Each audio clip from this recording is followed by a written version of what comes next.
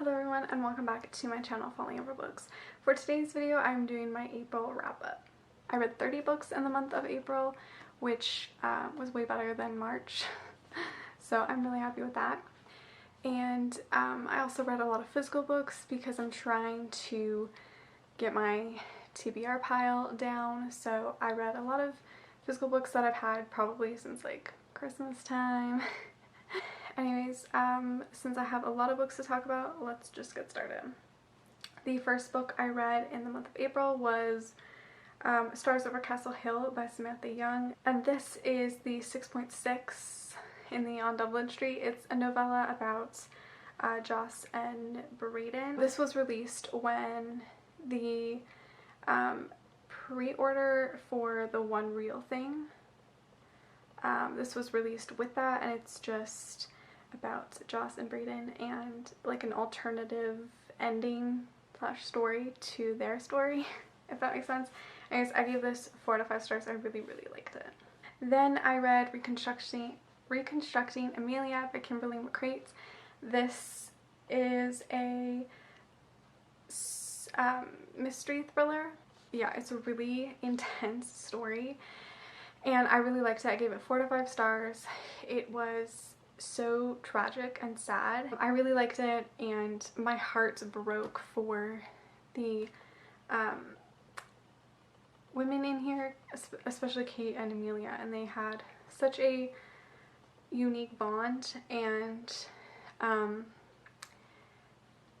it was just a really, like, I liked it, but it was also really sad, and there's a lot of girl on girl hate in this book, specifically with Amelia and her school, and that just makes me so sad. I hate girl on girl hate. Then I picked up Till Death by Jennifer L. Armentrout. This is her newest release. It is a mystery thriller about a woman who was once kidnapped and by this famous killer from their town, and she's one of the only survivors because she escaped. But now 10 years later she's going back to that town to help out her mother, and when she arrives women slowly start disappearing. So, you know, and there's a great romance in here. I liked it. I gave it 4 out of 5 stars. It's entertaining. I did not guess the plot twist or like who did it. I didn't guess it. So, I mean, that was great. Next, I read The Last Time We Were Us by Leah Conan, and this I found for like $2.99 at McNally Robinson, so I went ahead and bought it. It doesn't have like the best ratings, but I enjoyed it. I gave it 3 out of 5 stars. It was entertaining, but mostly it annoyed me. All of the characters except for Jason and Liz annoyed me. Specifically her family. Like, oh my god, her family was crazy. But I still really enjoyed this, and I don't know, it's not something that I would pick up full price, but for $3 it was alright. Then I picked up The Lux by Anna Godbersen. This is a YA like historical fiction. It's kind of like Gossip Girl meets historical fiction, essentially. Very dramatic, over the top. I liked it. I liked the setting. I liked Elizabeth and Henry the most, but overall this book was just so dramatic.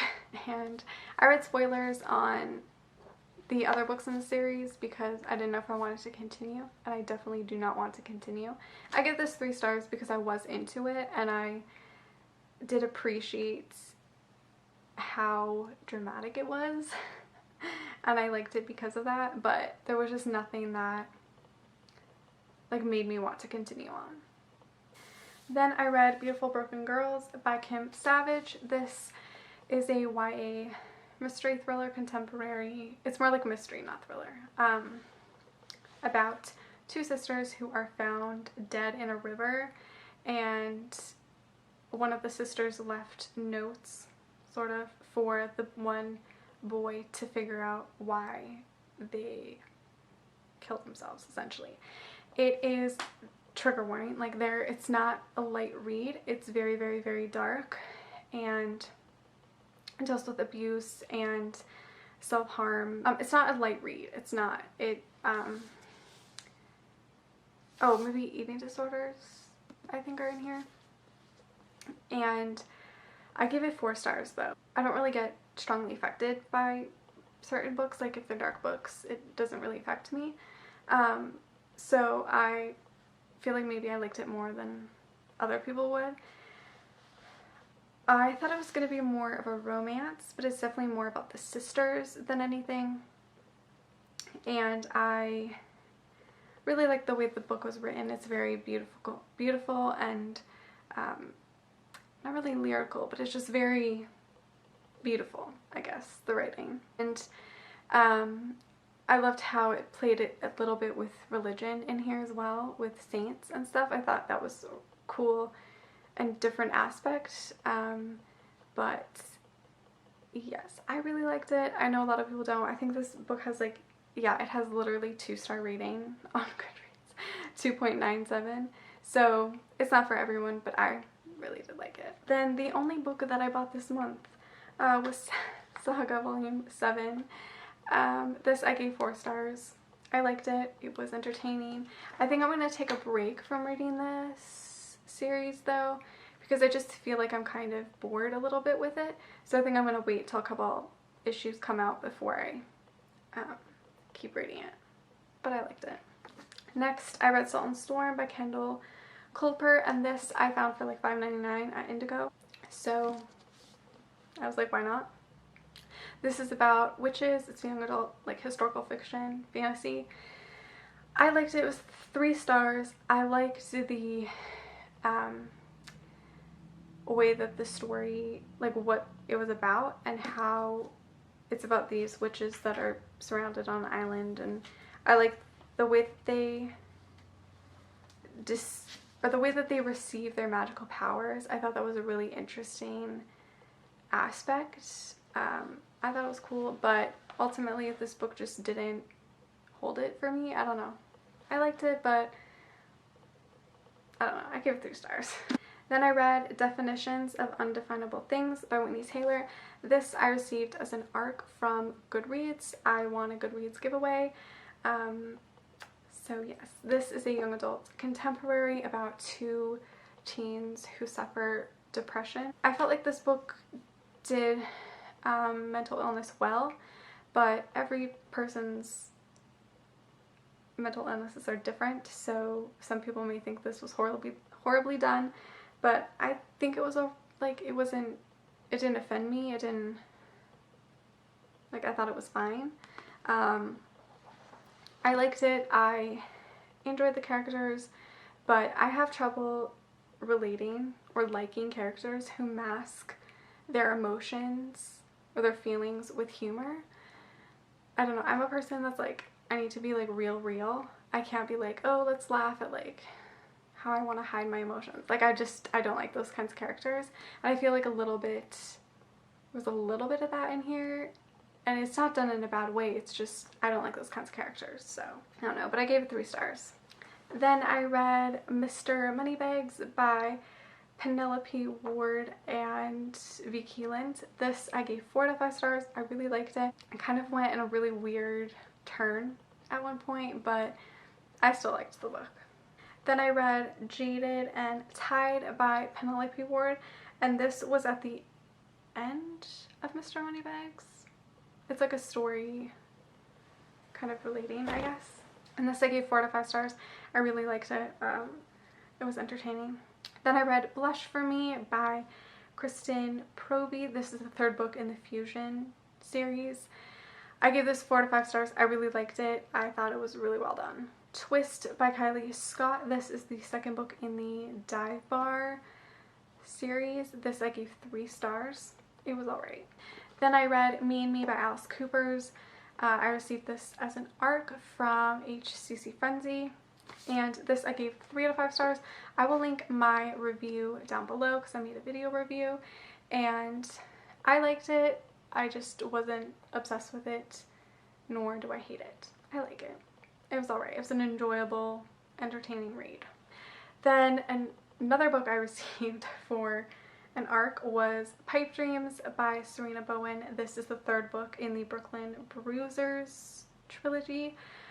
This is already out, if you're wondering. Same with Me and Me. That's also already out. But this I gave 4 to 5 stars. I really liked it. It was super cute, and I just love this trilogy. It's great. Then I read Walk of Shame by Lauren Lane. This I gave 4 stars. I thought it was adorable and funny and just awesome. The Hot Shot by Kristen Killian. This I gave 4 out of 5 stars. It's like the 4th book in the Game On companion series. This I gave 4 stars. Did I say that? I think I did. I enjoyed it. It was fun, entertaining, funny. Then I read The Stars Never Rise by Rachel Vincent. This I gave 4 out of 5 stars. I really liked it. I was so surprised. It kind of reminded me of City of Bones and something else it reminded me of, but I can't remember. I really liked it. It's about demons, and it has to do it kind of follows a little bit of religion, where like demons and exorcists and priests and whatnot, which it doesn't really like reflect religion, but it's like it uses those terms for things. It wasn't like preachy or anything. I really liked it, and I don't know if I'll pick up the second book. I might if I find it cheap, but I did like it. Next I read Pretty Baby by Mary Kubica, and this I give 3 stars. I enjoyed it. It's more of just a mystery, like not a thriller. I didn't really guess what happened, but it was entertaining, but not something I'd pay full price for. I mean, I found this at the thrift store, so. Black Tie Optional by Anne Marie Walker. This I received as an ARC from NetGalley, and this I gave 3 stars. It was alright, entertaining. What Happens Now by Jennifer Castle. This is a young adult contemporary about a girl who suffers through depression and had kind of a big episode, or I don't want to say episode, but like, you know what I mean? And she is now dealing or trying to move on, and she meets this boy obviously in the summer, and I liked it. I gave it 3 stars. It was entertaining, but I didn't really like the love interest. I mean, he was nice, but he was still like, he acted very much like a kid, so, which is not a bad thing, but you know, like when characters either try to act like a lot older or they try to act like a kid. I feel like that was the main guy in here. I felt like I did mental illness well in this book. It didn't sugarcoat it or like just glaze over it. Like it was done alright. Beauty in Winter by Alexa Riley. This I gave 2 stars. The Wrong Side of Right by Jen Marie Thorne. I gave this 3 stars. I liked it, but there was just nothing that gripped me, and I enjoyed the overall like moral and lesson from this book. It has to do a lot with politics, so I thought it was really important, and I feel like it dealt with the politics well in here, but nothing I'd reread or purchase at full price. I also found this for like $6, so. Out of Her League by Jennifer Dawson. This I gave 4 stars. Oh, I loved it. It was super cute. The Moment of Letting Go by J.A. Radmersky. This I gave 3 stars. It's like a new adult romance. It was alright. I did enjoy some of it, but I found it to be mediocre, I guess. I gave it 3 stars, but I'm kind of thinking of giving it 2. I don't know. It was alright. Before I Ever Met You by Karina Hale. This I gave 3 stars. Misbehaved by Carly